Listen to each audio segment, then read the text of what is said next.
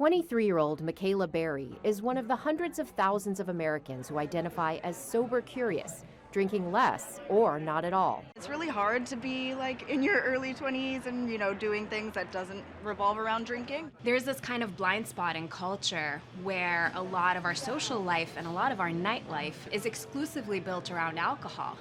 That's why Lorelei Bandrowski created Listen Bar in New York, a pop-up booze-free bar and social space for clear-headed connections. Big brands like Budweiser and Heineken now sell zero-alcohol beers. The non-alcoholic beer industry is expected to grow to over $25 billion by 2024, and there's also a slew of alcohol-free spirits saturating the market.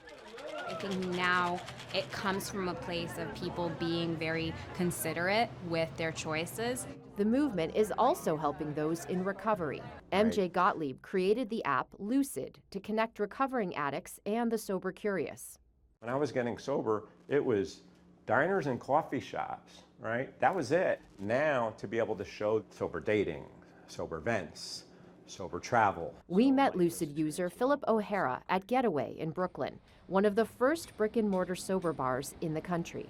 O'Hara has been in recovery for over 3 years and says an app like this provides a space to socialize safely. You have a platform for people to be connected with other sober people. And then the sober curious movement gets brought into it, right? Turns out you like going to the sober bar, you have more fun, you make more connections, and then you decide on your own that, like, I actually have more fun without alcohol. A new study found abstaining from alcohol could actually boost mental health and well-being.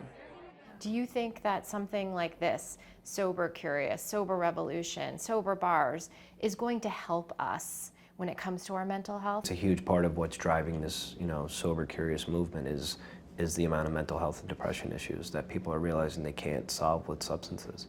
For those of you that do choose to drink, the CDC dietary guidelines for alcohol consumption is 1 drink a day for women and 2 a day for men.